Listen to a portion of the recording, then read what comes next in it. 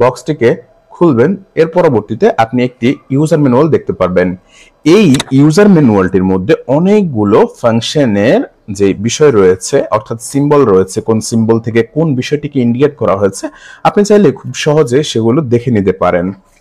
এর পরবর্তীতে আমরা যে বক্সটি পাবো, যদি আমরা সেটিকে ওপেন করি তাহলে এইখানে আমরা একটি চমৎকার গ্লুকোমিটার দেখতে পারবো এবং এটিতে ব্যবহার করার জন্য 2032 মডেলের একটি 3 ভোল্টের ব্যাটারি দেখতে পারবো এবং এখানে একটা ল্যান্সিং ডিভাইস থাকবে, 10টি স্ট্রিপ থাকবে এবং এই 10টি নিডল থাকবে।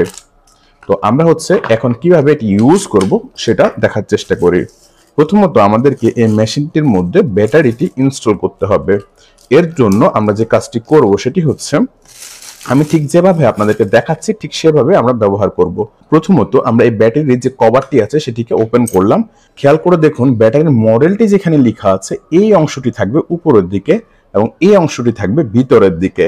তো ঠিক সেইভাবে আমি এটিকে যুক্ত করলাম।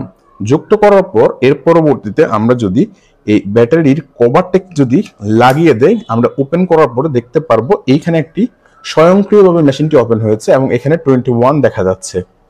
এর পরবর্তীতে আমার কাজ এখানে যে এম বাটনটি রয়েছে সেটিকে প্রেস করে ধরে রাখা। আমি যখনই এম বাটনটাকে প্রেস করে ধরে রাখবো তখন কিন্তু মেশিনটা অফ হয়ে যাবে। এর পরবর্তীতে আমাদের যে কাজ সেটি যে নিডল রয়েছে সেটিকে ইনস্টল করা। এটি একটি ল্যান্সিং ডিভাইস। এর এই যে প্রথমে একটা অংশ আছে, মাঝখানে একটি অংশ আছে এবং শেষে একটি অংশ আছে। তো প্রথমত যে অংশটিকে আমরা দেখতে পাচ্ছি গ্রে কালার, সেখানে আমরা এই সুইটুকু এখানে কিছু ভ্যালু দেখতে পাচ্ছেন 5 4 3 2 1। এটা দিয়ে সুইটি আমাদের ত্বক কতটুকু ভেদ করবে সেটা আমরা নির্ধারণ করতে পারবো। আমরা এই যে সিম্বলটা বা অ্যারো চিহ্নটা দেখতে পাচ্ছেন, এইখানে যদি আমরা ধরে হালকা একটু মোচড় দেই তাহলে সুইটিকে লাগানোর একটি স্থান আমরা পাবো। সেখানে আমরা সুইটিকে লাগাবো। লাগানোর পর আমরা জাস্ট এটাকে ওপেন করে নেব। এর পরবর্তীতে গতানুগতিকভাবে আমরা সেই একই জায়গায় এটাকে রেখে কি করব, লক করে দেব। লক করার পরবর্তীতে এটাকে অ্যাক্টিভ করতে হবে। তো অ্যাক্টিভ করার জন্য আমরা পেছনে যে অংশটি আছে এটাকে কি করব, একটু টেনে দেব।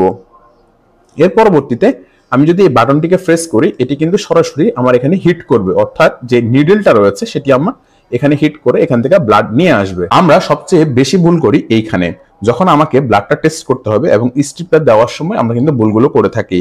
তো আমার প্রথমত একটি স্ট্রিপ নিতে হবে। স্ট্রিপের মধ্যে একটা অ্যারো চিহ্ন দেখতে পাচ্ছেন, এই অংশটা ভিতরের দিকে থাকবে এবং এখানে কিন্তু একটি বাই ফাংশনাল অপশন দেওয়া আছে।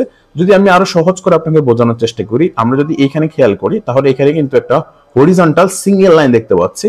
আবার যদি আমরা অপর পাশ করি তাহলে কিন্তু এখানে দুটো ভার্টিক্যাল লাইন দেওয়া আছে, রাইট? তো আমরা যেভাবে প্রবেশ করাবো সঠিক নিয়মটা সিঙ্গেল লাইনটা উপরে থাকবে। এই যে আমার সিঙ্গেল যে লাইনটি রয়েছে সেটি থাকবে উপরে এবং এই স্ট্রেট লাইনটিকে আমরা ধরে মেশিনের মধ্যে প্রবেশ করাবো। মনে রাখবেন মেশিন কিন্তু স্ট্রিপ দেওয়ার সাথে সাথে স্বয়ংক্রিয়ভাবে অন হবে, আপনাকে কোনো বাটন চেপে ধরে অন করতে হবে না। যদি আমরা একটু খেয়াল করি এখানে রেখে যদি আমরা একটু চাপ দেই, দেখুন মেশিনটি কিন্তু অন হয়ে গিয়েছে। তাহলে আমরা কোন বিষয়টা খেয়াল রাখবো, এই সিঙ্গেল যে লাইনটি রয়েছে সেটি কিন্তু উপরের অংশে থাকবে এবং এই রাউন্ডটি কিন্তু বাইরের দিকে থাকবে, স্ট্রেট লাইনটি ভিতরে প্রবেশ করবে। ওকে, এখন অনেকেই চিন্তা করে যান যে আমি এই যে 916 এই জিনিসটাকে, বা অনেকের মেশিনে 918 আসতে পারে, কারো মেশিনে 923 আসতে পারে, এটা স্ট্রিপের কোড। তো এটা নিয়ে বিচলিত হওয়ার কোনো কারণ নেই। আপনাকে যে কাজটা করতে হবে যে আপনি যে টেস্ট করবেন, টেস্টের জন্য আপনি কোন মুডে টেস্ট করবেন একটু খেয়াল করে দেখেন। এখানে একটা সিম্বল আছে, এই সিম্বলের উপরে কিন্তু একটি ক্রস করা আছে, অর্থাৎ ক্রস যে সিম্বলটা এটা মানে এটা খাবারের আগে আমি টেস্ট করার মুড। আমি যদি এই মুডটাকে চেঞ্জ করতে চাই তাহলে আমি কি করব, আমি এখান থেকে এস বাটনে ক্লিক করলাম। এস বাটনে ক্লিক করার পর আমি আরেকটা সিম্বল দেখতে পাচ্ছি, অর্থাৎ এখানে কিন্তু কোনো ক্রস নেই। ক্রস নেই তার মানে এই সিম্বলটা খাবারের পরে টেস্ট করা। তা আপনি যখন খাবারের আগে টেস্ট করবেন সিম্বলটা চেঞ্জ করে নেবেন। কিভাবে? খুব সিম্পল। আমি যদি আরো একবার দেখাই, দেখুন স্ট্রিপটা খোলার সাথে সাথে কিন্তু এটা বন্ধ হয়ে গিয়েছে। আমি আবারও স্ট্রিপটা লাগাচ্ছি, মেশিনটা কিন্তু স্বয়ংক্রিয়ভাবে অন হয়ে গিয়েছে। তো এখন আমি দেখাচ্ছি আমরা স্ট্রিপ লাগানোর পরে যে মুডে আমি টেস্ট করতে যাচ্ছি, এখন যে মুডটা আছে সেটি খাবারের পরে। আর এখন যদি আমি আমার এস বাটন ক্লিক করি, এটা কন্ট্রোল সলিউশন, এটা আপাতত আপনাদের কোনো কাজ নেই।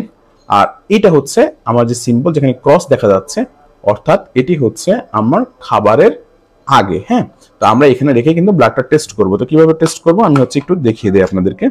যেহেতু আমার এটি অ্যাক্টিভ করা আছে, আমি জাস্ট আমার এখান থেকে ব্লাড নিলাম। ওকে, এখন ব্লাড নেওয়ার সময় আমরা সবচেয়ে বেশি ভুলটা করি। কি ভুলটা করি সেটা হচ্ছে আমরা হচ্ছে ব্লাডটাকে উপরে দেই বা নিচে দেই। এই কাজটা কখনোই করবেন না।